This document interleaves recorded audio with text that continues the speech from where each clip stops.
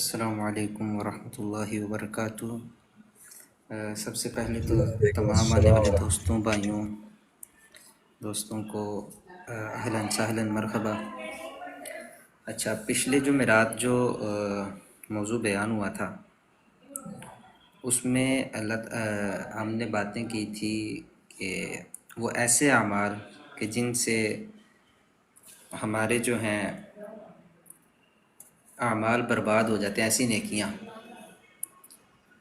جن میں سب سے پہلے نمبر پہ تھی کفر تھا، جس کی وجہ سے ہمارے اعمال برباد ہوتے ہیں۔ دوسرے نمبر پہ شرک تھا۔ تیسرے نمبر پہ اللہ اور اس کے نبی کی نافرمانی۔ چوتھے پہ اللہ تعالیٰ کی آیات اور آخرت کی ملاقات سے انکار کرنا۔ پانچویں پہ ارتداد تھا، یعنی کہ بندہ اسلام سے پھر جائے، مرتد ہو جائے۔ اچھا، چھٹے نمبر پہ تھا کہ بدعت، اور ساتویں نمبر پہ ریاکاری تھا۔ اور آج ہم شروع کریں گے آٹھویں سے، کہ جس پہ یہ تو میں نے اختصاراً آپ کے سامنے کچھ پوائنٹ رکھے ہیں۔ ایسا میری آواز صحیح آ رہی ہے؟ جی آ رہی آواز۔ ٹھیک، یہ اختصاراً میں نے کچھ پوائنٹ آپ کے سامنے رکھے تھے۔ اگر اس کا تفصیلی کسی کو چاہیے تو وہ ادبی بیٹھک انشاءاللہ یوٹیوب چینل پہ آپ کو مل جائے گا۔ تو آج جس چیز کی ہم بات کر رہے ہیں وہ ہے آٹھویں نمبر پہ احسان جتلانا۔ کہ ایک آدمی یہ صحیح نہیں لگا، کہ اللہ تعالیٰ نے جو ہے ایک آدمی کو مال دیا، اور وہ اس مال کو جو ہے اللہ تعالیٰ کی راہ میں خرچ کرتا ہے، اور پھر احسان جتلانے لگ پڑتا ہے۔ یہ کسی بھی معاملے میں احسان جتلانا انسان کے اعمال کی بربادی کا سبب ہے۔ اللہ تعالیٰ نے سورۃ بقرہ کے اندر یہ بات ارشاد فرمائی کہ یا ایھا الذین آمنوا لا تبطلوا صدقاتکم بالمن والاذی، اے مومنو تم صدقہ یا کوئی بھی جو ہے اپنے صدقات کی بات کرتے ہیں فی الوقت ادھر، صدقات دے کر، احسان جتلا کر، اور اگلے بندے کو اذیت دے کر اپنے اعمال کو برباد نہ کرنا۔ یعنی کہ ایک بندے کو تم نے صدقہ دیا، ٹھیک ہے، اور پھر بعد میں اس بندے کو یہ کہنے لگ پڑے کہ تمہارے پاس کچھ نہیں تھا، میں نے تمہیں دیا ہے، جس کی وجہ سے تم آج اتنے خوش ہو رہے ہو، یہ میں نے تمہیں دیا ہے، جس کی وجہ سے اگلے بندے کی دل آزاری بھی ہوتی ہے، اور ہمارے اعمال بھی برباد ہو رہے ہوتے ہیں، ہمیں پتہ بھی نہیں چلتا۔ بظاہر تو ہم نے صدقہ دیا، نیکی کی ہے، لیکن جتنا بڑا ہم نے گناہ کیا نا، ہمیں اس کا کوئی علم نہیں ہے، ہمیں اس کا پتہ ہی نہیں چلا کہ ہمارا اعمال ضائع ہو گیا، ہمارے اعمال برباد ہو گئے۔ تو اسی لیے جب بھی صدقہ دیں، اللہ کی رضا کے لیے دیں، کوئی بھی نیک کام کریں اللہ کی رضا کے لیے کریں، احسان کبھی نہ جتلائیں۔ کبھی دیکھیں نا اس رب کی ذات کی طرف بھی، کہ جس نے آپ کو اتنی نعمتیں دی، کبھی احسان نہیں جتلایا اس ذات نے۔ اللہ نے آپ کو کان دیے ہیں، صحیح سالم انسان بنایا ہے، آنکھیں دی ہیں، ہر قسم کے عیب سے آپ کو پاک رکھا ہے، کبھی اللہ نے احسان نہیں جتلایا۔ اور پھر ہم خود ہی خدا بنے ہوئے۔ ایک شاعر ہے، وہ کہتا ہے ضرورت توڑ دیتی ہے غرور بے نیازی کو، نہ ہوتی حاجت تو ہر بندہ خدا ہوتا۔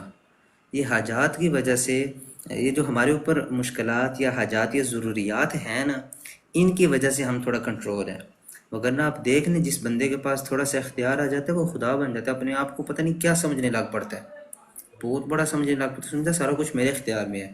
تو اسی لیے کوئی بھی نیک عمل کریں، کوئی بھی اچھا کام کریں، کبھی بھی احسان نہ جتلائیں۔ اگر آپ نے مسجد میں کوئی کام کروا دیا، مسجد کے ڈیکوریشن کروا دیا، مسجد کی صفائی ستھرائی کروا دی، کوئی بھی کام کر دیا، احسان نہ جتلائیں، بس اللہ کی راہ میں دیا، اس کا اجر آپ اللہ سے طلب کریں۔ اچھا، اس کے بعد جو ہمارے پاس عمل آتا ہے،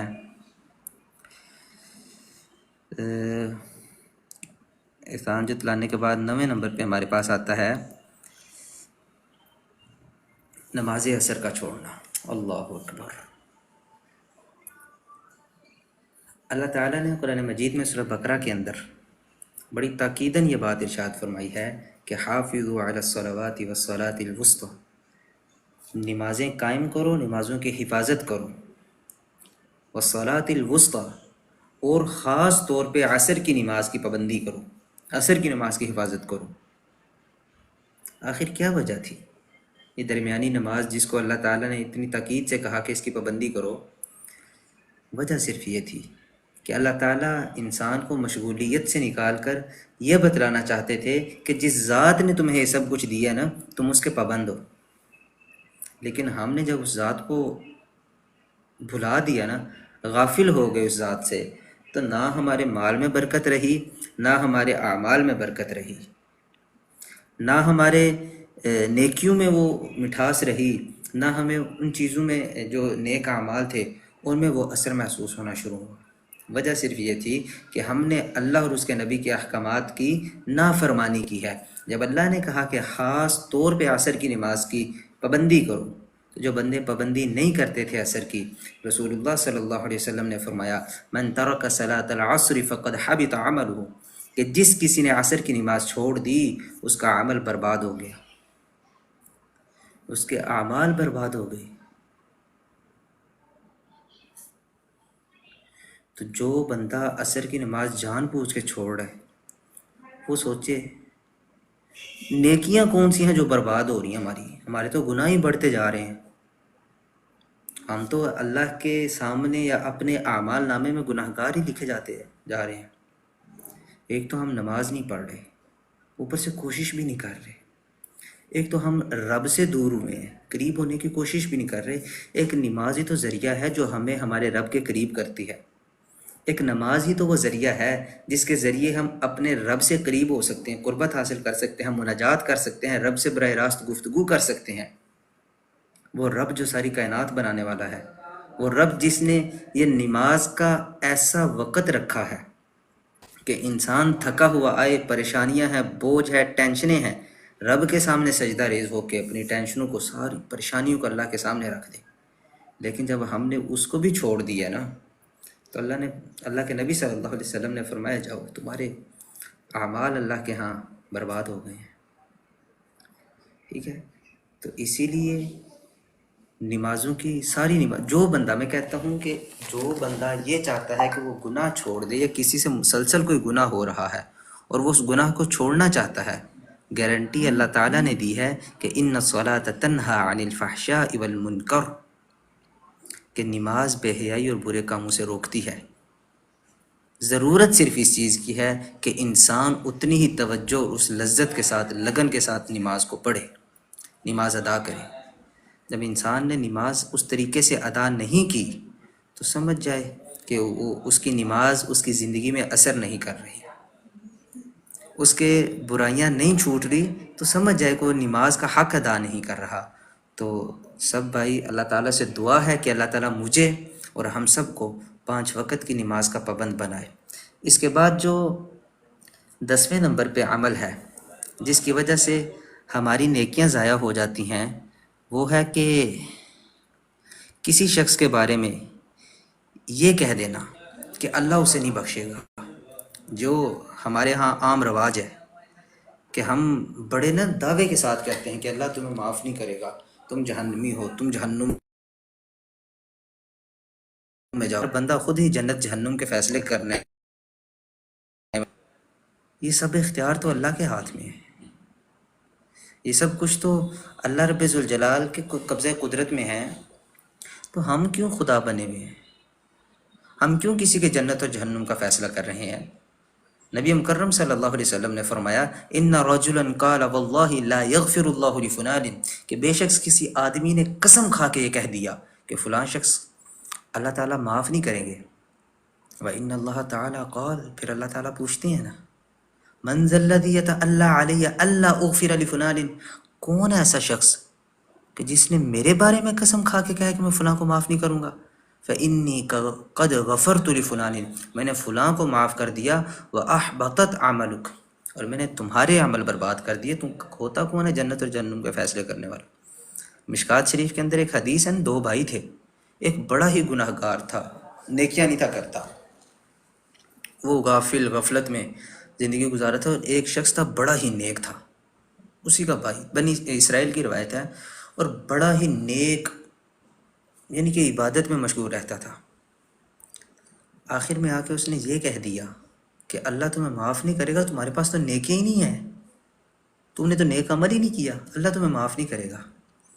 جب یہ فوت ہوا تو اللہ نے اس کو جہنم میں ڈال دیا اور دوسرے بندے کو معاف کر دیا، اور اس سے بھی یہی سوال کیا تھا کہ جنت اور جہنم کا فیصلہ تو میرے اختیار میں تھا، تم کون ہوتے ہو جنت اور جہنم کا فیصلہ کرنے والے؟ تم کسی کو جنتی یا جہنمی قرار دینے والے کون ہو؟ کسی کو جنت کا سرٹیفکیٹ دینے والے، کسی کو جنت کے دروازے سے نکالنے والے تم کون ہوتے ہو؟ یہ تو اللہ کے ہاتھ میں ہے نا۔ نبی اکرم صلی اللہ علیہ وسلم نے جن جنت کے دروازوں کے بارے میں یا جن جنت کی نعمتوں کے بارے میں ہمیں بتلایا ہے، دنیا کے اندر تو ایسی کوئی نعمت نہیں ہے، دنیا کے اندر تو اس چیز کا کوئی نام و نشان نہیں ہے، تو ہم کسی کو جنت یا جہنمی کا سرٹیفکیٹ دینے کے لیے کیوں تلے ہوئے ہیں؟ کیوں اپنے اعمال کو خود ہی آگ لگا رہے ہیں؟ تو اس کے بعد جو 11ویں نمبر پہ عمل آتا ہے وہ ہے تنہائی میں حرام کام کرنا۔ اللہ اکبر! انسان تنہا بیٹھا ہوا ہے کمرے کے اندر، ذرا نا ایک مرتبہ اپنا انسان جائزہ لے کہ کمرے کے اندر تنہا بیٹھا ہوا ہے، کوئی بندہ نہیں دیکھ رہا، دروازے بند ہیں، کھڑکیاں بند ہیں، ہاتھ میں موبائل ہے، انٹرنیٹ کی سروس بھی موجود ہے، بتائیں ذرا دیکھے گا کیا؟ جوانی بھی عروج پہ ہے، یقیناً خواہشات ابھریں گی، شیطان کہے گا غلط چیزیں دیکھو، غلط جگہ پہ جاؤ، غلط ویب سائٹ اوپن کرو، چاہے وہ ظاہراً کتنا بھی نیک کیوں نہ ہو نا، اس کے اعمال یہ ہیں۔ نبی مکرم صلی اللہ علیہ وسلم نے یہ بات ارشاد فرمائی ہے، لَأَعْلَمَنَّ قَوْمًا لَأَعْلَمَنَّ أَقْوَامًا مِّنْ أُمَّتِي يَأْتُونَ يَوْمَ الْقِيَامَةِ بِحَسَنَاتٍ أَمْثَالٍ جِبَالٍ تِهَامَّةً بِيضًا، کہ میں ایسی قوم کو بھی جانتا ہوں، اپنی امت کے ایسے لوگوں کو جانتا ہوں قیامت کے قریب آئیں گے، بڑے بڑے پہاڑ، چمکتے پہاڑ کی برابر ان کی نیکیاں ہوں گی۔ فَيَجْعَلَ اللَّهُ عَزَّ وَجَلَّ هَبَاءً مَنْثُورًا، اللہ عز و جل ان کی نیکیوں کا ہوا میں اڑا دیں گے۔ اس کی نیکیاں جو ہیں ایسے جس طرح ہوا میں راکھ نہیں اڑی ہوتی، اس طرح اللہ تعالیٰ ان کی ان اعمال کو بنا دیں گے۔ حضرت صوبان عرض کرنے لگے، یا رسول اللہ صفہم لنا جلہم لنا، اللہ کے رسول ذرا ہمیں بتلائیں، ان کی صفات بیان کریں، کہیں ہم بھی ان میں سے نہ ہو جائیں۔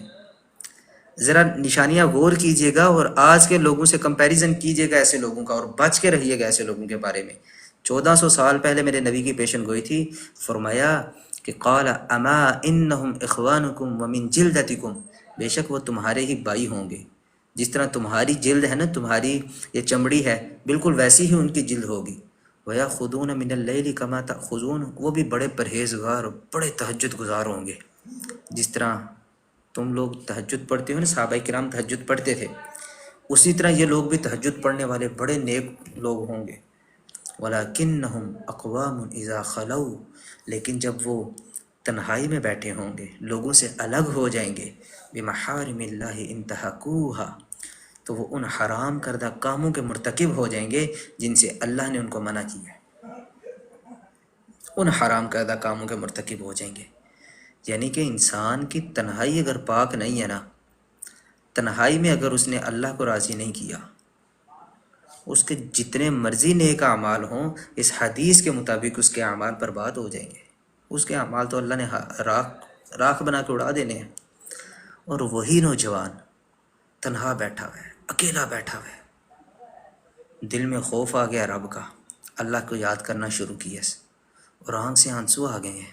میرے نبی نے فرمایا وَذَكَرَ اللَّهُ خَالِيًا فَفَاضَتْ عَيْنَاهُ، کہ ایسا بندہ تنہائی میں بیٹھا اللہ کا ذکر کر رہا ہے اور اس کے جلال کی وجہ سے اس کی آنکھ سے آنسو نکل آیا ہے، اللہ تعالیٰ ایسے شخص کو قیامت کے دن اپنے عرش کا سایہ نصیب فرمائے۔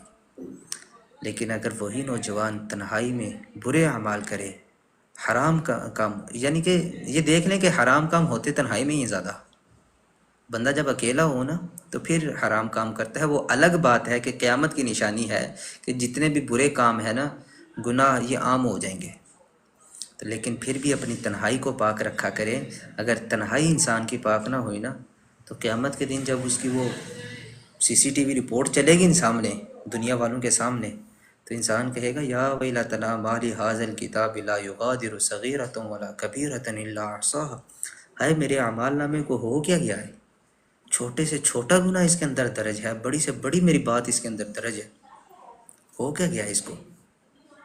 اس نے تو چھوٹی سے چھوٹی بات نہیں چھوڑی۔ تو لہٰذا تنہائی کو پاک رکھیں۔ اس کے بعد جو 12ویں نمبر پہ آتا ہے کہ وہ ہے کسی مومن کو قتل کر کے خوش ہونا، یعنی کہ انسان بہت خوش ہوتا ہے نا قتل کر کے۔ یہ نہیں ہے، کدھر گئی وہ چیز؟ یعنی کہ کسی مومن کو قتل کر کے خوش ہونا، یہ بھی جو ہے انسان کے اعمال کو برباد کرتی ہے، کہ انسان مومن کو اپنے دیکھیں نا، نبی اکرم صلی اللہ علیہ وسلم نے مومن کی جو صفات بیان کی ہے، المسلم من سلم المسلمون من لسانہ و یدہ، حقیقی مومن تو وہ ہے جس کے ہاتھ سے اس کا مسلمان بھائی محفوظ رہے، لیکن اگر اس کے ہاتھ سے یا اس کی زبان سے اس کا مسلمان بھائی محفوظ نہ رہے تو کیسے وہ خود کو مسلم ڈیفائن کرے؟ اس نے مسلمانوں کو اذیت دی، حقوق العباد میں اس نے کافی کہہ لیں کہ خلل اندازی کی، تو ایسے بندہ تو مسلمان نہیں ہے۔ دیکھیں اس حدیث میں نبی اکرم صلی اللہ علیہ وسلم نے فرمایا، من قتل مؤمنا فاغبدت بقتله لم يقبل اللہ منہ صرفا ولا عدلا، کہ جس کسی مومن نے کسی مومن کو قتل کیا، یا جس کسی شخص نے بھی مومن کو قتل کیا پھر اس پر خوش ہوا، اللہ تعالیٰ اس کے نفل بھی قبول نہیں کرتے، اس کے فرض بھی قبول نہیں کریں گے۔ اب بندہ ایک سوچے، آج کل ہمارے معاشرے کے اندر کیا ہوتا ہے، ذرا سی دشمنی پیدا ہو گئی، چھوٹی جھگڑا ہو گیا یا بات بڑھ گئی، لڑائی جھگڑے تک چلی گئی، تو ہم قتل کر کے نا بڑے فخر سے بتاتے ہیں فلاں بندہ پتہ قتل ہوا تھا، اس کو ہم نے مارا تھا، ہمارے اتنے بندے گئے تھے وہ مار کے آئے تھے۔ ذرا سوچے تو صحیح، نبی کی تعلیم کیا ہے اس حوالے سے؟ تم نے بندہ قتل کیا ہے، تم نے ایک مسلمان بھائی کا حق مارا ہے۔ حجۃ الوداع کے موقع پر نبی اکرم صلی اللہ علیہ وسلم نے کعبۃ اللہ کو مخاطب کر کے فرمایا تھا کہ اے کعبۃ اللہ، اگرچہ تیری حرمت بہت زیادہ ہے لیکن ایک مسلمان کی خون کی حرمت تجھ سے زیادہ ہے، یعنی کہ اتنی مسلمان کی عظمت ہے اور ہم اس کا قتل کر کے خوش ہوتے ہیں، اس کو اذیت دے کے خوش ہوتے ہیں، اور پھر یہ سمجھیں کہ ہمارے اعمال ہم نے بڑا اچھا عمل کیا ہے، ہم نے کہہ لو کہ بڑا کوئی پہاڑ کوئی قلعہ فتح کر لیا ہے، خوش ہو رہے ہیں، لیکن اللہ کے ہاں تو ہم مجرم لکھے جا رہے ہیں نا۔ تو اللہ تعالیٰ نے جب مجرموں کی پکڑ کرنی ہے تو اس وقت ہم کیسے خوش ہوں گے؟ ہم نے اس وقت اللہ کے نبی صلی اللہ علیہ وسلم کے پاس کیا منہ لے کے جانا ہے کہ ہماری شفاعت کریں؟ اس وقت کیا سوچ کے ہم قیامت کے دن اللہ کے سامنے پیش ہو کے اپنا اعمال نامہ دکھائیں گے، حساب و کتاب کریں گے؟ تو اسی لیے پہلی چیز تو قتل کرنا ہی نہیں چاہیے، اگر غلطی سے ہو بھی جائے تو معافی مانگنی چاہیے، جو شرعی احکامات ہیں ان پر عمل کرنا چاہیے۔ اچھا، تیسری چیز جو ہے وہ ہے کہ آج کل ہمارے معاشرے کے اندر جو ایک چیز بہت زیادہ عام ہے کہ ذرا سا کسی کو مسئلہ ہو گیا تو اس نے کچھ نہیں کرنا، سیدھا جانا ہے کسی ایسے بندے کو تلاش کرنا ہے جو ہاتھ دیکھ کر اس کی قسمت بتائے، جو کسی طریقے سے فال نکال کے بتائے جی تیرے یہ نصیب ہے، حساب کر کے بتائے بھی تیرے مقدر میں یہ کچھ ہے۔ ہم ایسے لوگوں کو تلاش کرتے ہیں جو کہتے ہیں جی اپنی والدہ اور اپنا نام بتاؤ، ہم استخارہ کر کے آپ کو بتائیں گے۔ ہم بھاگ کے ایسے لوگوں کے پاس جاتے ہیں صرف اس لیے، فال نکالنے کے لیے، اپنا مستقبل دیکھنے کے لیے۔ کیا ہو کیا ہم مسلمانوں کو، ہم کیوں ایسا کر رہے ہیں؟ نبی کی تعلیمات کو، یعنی کہ اللہ کے رسول صلی اللہ علیہ وسلم کی تعلیمات کا سرعام ہم جنازہ نکال رہے ہیں، نعوذ باللہ والعیاذ باللہ، کہ اللہ کے نبی صلی اللہ علیہ وسلم نے جس چیز سے ہمیں منع کیا ہم سرعام وہ کر رہے ہیں۔ بندہ سوچے کہ اللہ کے نبی صلی اللہ علیہ وسلم نے جو بات ارشاد فرمائی، من اتی عرافا او کاہنا فسألہ عن شیء، جو کسی نجومی کے پاس آیا، کسی کاہن کے پاس آیا اور اس نے اس سے کوئی چیز پوچھی، لم تقبل اللہ صلاۃ 40 لیلہ، اللہ تعالیٰ اس بندے کی 40 دن تک نمازیں قبول نہیں کرتے۔ یہ نجومیوں کے پاس جاتے ہیں نا ہاتھ دکھانے کے لیے، جی ہمارا ستارہ دیکھ کے بتاؤ ہمارے رشتے ٹھیک ہیں کہ نہیں، تو ذرا اس حدیث پہ غور کر لیں۔ ایک اور حدیث نبی مکرم صلی اللہ علیہ وسلم، ہم لوگ پھر بڑے نا ایموشنلی ہو کے کہتے ہیں جی وہ جو بات کہتے ہیں وہ تو صحیح ہو رہی ہے۔ نبی مکرم صلی اللہ علیہ وسلم کے سامنے ایسی باتیں ہوئی ہیں، نبی اکرم صلی اللہ علیہ وسلم نے جب ایسا کہا نا کہ اس کی نماز 40 دن تک قبول نہیں ہوتی، تو صحابہ کرام میں سے کچھ لوگ بیٹھے عرض کرنے لگے یا رسول اللہ وہ جو بات کہتے ہیں وہ تو پوری ہوتی ہے۔ تو اللہ کے نبی صلی اللہ علیہ وسلم نے فرمایا ان کی ایک بات سچ ہوتی ہے اور 99 جھوٹ ملا کر وہ آپ کو بات بتاتے ہیں، تو ذرا بتائیں کہ آج ایسا ہے کہ نہیں؟ جب وہ ایک بات سچی کرتے ہیں، ہم ان کی سچی بات پہ یقین کرتے ہیں، تو 99 جھوٹ ہمارے وہم کی وجہ سے ٹھیک ہونے لگ پڑتے ہیں۔ تو نبی مکرم صلی اللہ علیہ وسلم نے ان کی باتوں کی تصدیق کرنے والے کے متعلق فرمایا کہ جو بندہ کسی کاہن یا کسی نجومی کے پاس آیا اور اس کی باتوں کی تصدیق کی، گویا کہ اس نے شریعت محمدیہ کی تکذیب کی، محمد صلی اللہ علیہ وسلم پر نازل ہونے والی شریعت کا کفر کیا۔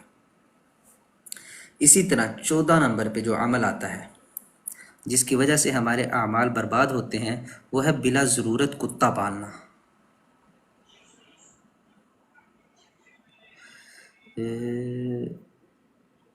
ہاں یہ ہے بلا ضرورت کتا پالنا۔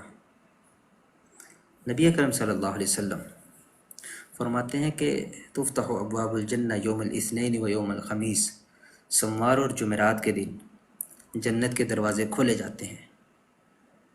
فیغفر لکل عبد لا یشرک باللہ شیئا، پس اللہ تعالیٰ ہر اس بندے کو معاف کر دیتے ہیں جس نے اللہ کے ساتھ شرک نہیں کیا ہوتا۔ الا رجلا كانت بینہ و بین اخیہ شحثاء، سوائے اس شخص کے کہ جس کے اور اس کے بھائی کے درمیان بغض اور کینہ ہو۔ انظروا ھذین حتی یصطلحا، یہاں تک کہ وہ فرشتے نا انتظار کرتے ہیں، انہیں مہلت دو، وہ فرشتے انتظار کرتے ہیں کہ کہیں آپس میں صلح کر لیں، انہیں مہلت دی جاتی ہے۔ تو اللہ جی میرا دماغ گھوما ہوا ہے۔ اچھا یہ نا سوری 15ویں نمبر پہ آتی ہے بات کہ جو بندہ اپنے بھائی سے بلا ضرورت ناراض رہتا ہے نا، یہ بات اس کے بارے میں ہے کہ سوموار اور جمعرات کے دن اللہ تعالیٰ نے جنت کے دروازے کھولے جاتے ہیں، اور جو بھائی آپس میں ناراض ہوتے ہیں نا، اللہ ان کو جنت میں داخل نہیں کرتے، حتیٰ کہ ان کو مہلت دی جاتی ہے کہ صلح کر لیں صلح کر لیں۔ لیکن اس کے باوجود اگر مسلمان بھائی آپس میں صلح نہ کریں، آپس میں ایک دوسرے کی اصلاح نہ کریں، تو ایسی صورت میں جنت میں ان لوگوں کا داخلہ نہیں ہوگا اور ان کے اعمال کو برباد کر دیا جاتا ہے۔ ایک حدیث کے اندر آتا ہے کہ اگر یہ لوگ 3 دن سے زیادہ کوئی مسلمان اپنے مسلمان بھائی سے ناراض رہتا ہے تو اس کے اعمال آسمان سے اوپر نہیں جاتے، یعنی کہ وہ بندہ اس کے اعمال ادھر ہی دنیا کے اندر رہتے ہیں، اللہ کے ہاں پیش نہیں ہوتے۔ تو اسی لیے جب بھی آپ میں سے کوئی بھی مسلمان بھائی آپس میں کسی وجہ سے بھی ناراض ہوتے ہیں، اللہ کی رضا کے لیے ایک دوسرے کو معاف کر دیا جائے، کیونکہ نبی مکرم صلی اللہ علیہ وسلم نے فرمایا کہ اگر مسلمان آپس میں ناراض ہوں مسلمان بھائی، وَخَيْرُهُمُ الَّذِي يَبْدَأُ بِالسَّلَامِ، ان میں سے بہترین وہ ہے جو سلام میں پہل کرے۔ تو اسی لیے اگر کوئی غلطی ہو جائے تو پہل کیا کریں سلام کے لیے، کیونکہ یہ میرے نبی کی کہہ لیں کہ سنت بھی ہے اور ان کا حکم بھی ہے۔ تو اسی طرح جو عمل تھی کدھر گیا کتا پالنے والی حدیث، ہاں یہ بلا ضرورت کتا پالنا۔ نبی اکرم صلی اللہ علیہ وسلم نے فرمایا من امسک کلبا فإنہ ینقص کل یوم من عملہ قیرات، کہ جس شخص نے شوقیہ طور پہ بغیر کسی وجہ سے کتا پال لیا نا، تو ہر روز اس کی نیکیوں میں سے ایک قیرات، ایک بہت بڑا پہاڑ ہوتا ہے قیرات، عمل کم ہوتے جاتے ہیں۔ اب شوقیہ طور پہ ویسے تو چلو الگ چیز ہے کہ ہم نے مال مویشی کی حفاظت کے لیے یا گھر کی حفاظت کے لیے کتا رکھا ہوا ہے، وہ الگ چیز ہے، لیکن شوقیہ طور پہ اگر ہم کتا پالیں، حدیث میں آتا ہے اس گھر میں رحمت کے فرشتے داخل نہیں ہوتے. تو اسی لیے کتے وغیرہ کوشش کیا کریں، اگر شوق ہے بھی تو کہیں اور رکھیں، گھر میں نہ رکھیں. اس جگہ رکھیں جہاں پہ مال مویشی ہو یا ان کی حفاظت کے لیے ہو. تو ہمارے ادھر مسلمان تو بڑی شوق سے نا وہ بڑی بڑی اعلیٰ نسلوں کے کتے منگا کے رکھتے ہیں اپنے پاس، لوگوں کو ڈرانے کے لیے، بچوں کو ڈرانے کے لیے. تو لہٰذا یہ بالکل غلط چیز ہے، حدیث کی مخالفت ہے اور اپنے اعمال کے ضائع ہونے کا سبب ہے. تو اسی طرح 16ویں نمبر پہ ایک عمل میں تو شاید وہ نہیں لکھ سکا، تو وہ جو عمل ہے 16ویں نمبر پہ وہ ہے والدین کی نافرمانی، کہ جو شخص والدین کی نافرمانی کرتا ہے اس کے اعمال بھی برباد ہو جاتے ہیں. رسول اللہ صلی اللہ علیہ وسلم نے فرمایا ثلاثۃ لا يقبل اللہ صرفا ولا عدلا، کہ 3 قسم کے ایسے فرائض اور نوافل جو ہے وہ اللہ تعالیٰ قبول نہیں کرتے. ان میں سے ایک ایسا شخص ہے کہ جو والدین کا نافرمان ہے. دوسرے نمبر پہ قطع تعلقی احسان جتلانے والا، منان، جو احسان جتلانے والا ہے. اور تیسرے نمبر پہ وہ شخص جو تقدیر کو جھوٹا کہنے والا ہے، یعنی کہ اللہ تعالیٰ کی جو تقدیر ہے نا اس کو جھوٹا کہتا ہے. لیکن والدین کی نافرمانی کا تو سمجھ آ گئی. چلیں والدین کی نافرمانی جو انسان کرتا ہے اس کے اعمال برباد ہو جاتے ہیں. والدین کی نافرمانی کے بارے میں قرآن مجید کے اندر جو احکامات ہیں ان کے بارے میں بھی ہمیں معلوم ہے کہ جیسا کہ اللہ تعالیٰ نے اپنے حقوق کے ساتھ والدین کے حقوق کا ذکر کیا، یعنی کہ اپنے حقوق کے بعد والدین کے حقوق کا ذکر کیا. حقوق اللہ میں سب سے پہلے سب سے اعلیٰ حقوق جو ہیں وہ والدین اللہ کے ہیں، اور حقوق العباد میں سب سے پہلے حقوق والدین کے ہیں. اور جو بندہ والدین کو ناراض کرتا ہے گویا کہ وہ رب کو ناراض کرتا ہے. رضا اللہ فی رضا الوالدین وسخط اللہ فی سخط الوالدین، کہ اللہ کی رضامندی اسی میں ہے کہ والدین کو راضی کرے، اور اللہ کی ناراضگی ہے اس بندے کے لیے جو والدین کو ناراض کرتا ہے. دوسرے نمبر پہ منان، احسان جتلانے والا، جیسا کہ میں نے شروع میں بات کی تھی کہ وہ بندہ جو نیکیاں کر کے اپنے اعمال کو صدقہ دے کر احسان جتلاتا ہے، اس کا صدقہ اللہ تعالیٰ ضائع کر دیتے ہیں. اب تیسرے نمبر پہ تقدیر کو جھٹلانے والا، یہ بڑی سوچنے والی بات ہے کہ تقدیر کو جھٹلانے والا کون شخص ہے. تقدیر کو کافی طریقوں سے جھٹلایا جا رہا ہے، کافی اس میں صورتیں آتی ہیں جو ہم کہنے کہ جانے انجانے میں بھی کرتے ہیں، بھول چوک میں بھی ہو جاتے ہیں. تقدیر کو کچھ اس طریقے سے جھٹلایا جاتا ہے. میں آپ کو ایک مثال دیتا ہوں. ایک شخص کی ہمارے سامنے تھا، سگریٹ پی رہا ہے. جب اس کو منع کیا جاتا ہے کہ سگریٹ نہ پیو تو وہ کہتا ہے میرے مقدر میں لکھا ہوتا تو میں نہ پیتا، میری تقدیر میں لکھا ہوا ہے اس لیے میں پی رہا ہوں. یعنی کہ وہ اپنے اس برے عمل کو تقدیر کے ساتھ جوڑ رہا ہے. وہ کہہ رہا ہے اللہ نے میرے مقدر میں لکھا ہوا. دیکھیں ہمارے ادھر جو لوگ شکوہ کرتے ہیں نا کہ ہمارے نصیب ہی برے تھے، ہمارے مقدر ہی برے تھے، ہماری قسمت ہی اچھی نہیں تھی، تو ذرا غور کریں. تقدیر جو ہے نا، تقدیر اور قسمت، اس کا تعلق اللہ کی ذات کے ساتھ ہے، نصیب کا تعلق انسان کے ساتھ ہے.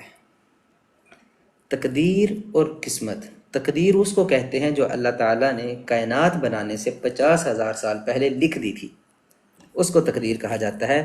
جو اس پوری کائنات کا ہونا، اس کائنات میں وقوع ہونے کی چیزیں ہیں، کیا ہوگا قیامت تک کے لیے کیا ہونا ہے، اس کو تقدیر کہا جاتا ہے، جو لوح محفوظ میں اللہ تعالیٰ نے لکھی ہے. صحیح مسلم کی حدیث ہے، نبی مکرم صلی اللہ علیہ وسلم نے فرمایا کتب اللہ مقادیر الخلائق قبل ان يخلق السماوات ب50,000 سنہ، کہ اللہ تعالیٰ نے کائنات بنانے سے 50,000 سال پہلے لوگوں کی تقدیر کو لکھ دیا تھا، اپنی مخلوق کی تقدیر کو لکھ دیا تھا.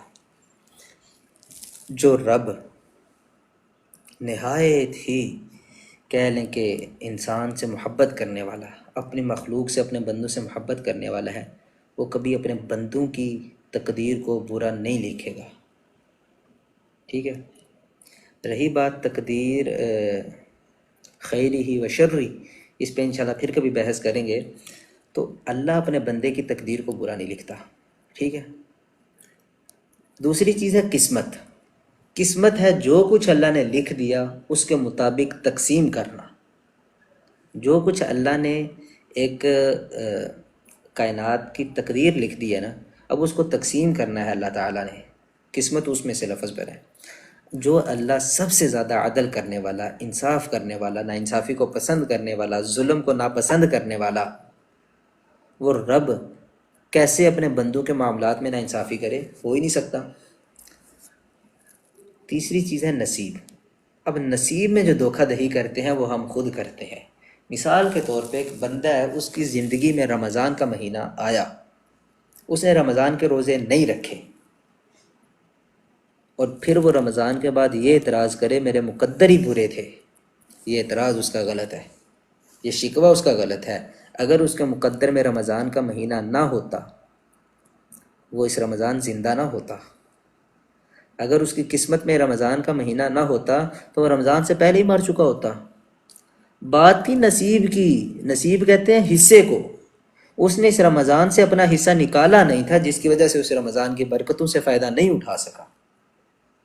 تو اسی لیے جو بھی معاملات ہوں، تقدیر کو برا بلا نہ کہیے، تقدیر کو نہ جھٹلائیے، یہ نہ کہیے کہ ہمارے ہی مقدر میں برائی لکھی تھی، یا ہم ہی نعوذ باللہ کہہ لیں کہ تقدیر کو، یا کلی طور پہ تقدیر کا نہیں انکار کر دینا، جس طرح آج کل لوگ کہتے ہیں تقدیر نام کی تو کوئی چیز ہی نہیں ہے، انسان کا جو دل چاہتا ہے وہ خود کرے، انسان کا جیسے دل چاہتا ہے وہ خود کرے، تقدیر میں کچھ نہیں لکھا۔ ایسے بھی لوگ ہیں۔ تو لہٰذا تقدیر کو کلی طور پہ بھی نہیں جھٹلانا چاہیے، اور کسی طور پر تقدیر پر شکوہ بھی نہیں کرنا چاہیے، وگرنہ ہمارے اعمال بھی ضائع ہو جائیں گے۔ اللہ تعالیٰ سے دعا ہے کہ اللہ تعالیٰ ہمیں دین اسلام کو سمجھنے، اس پر عمل کرنے، اور لوگوں تک بھی من و عن وہی دین پہنچانے کی توفیق عطا فرمائے۔ جزاک اللہ خیر۔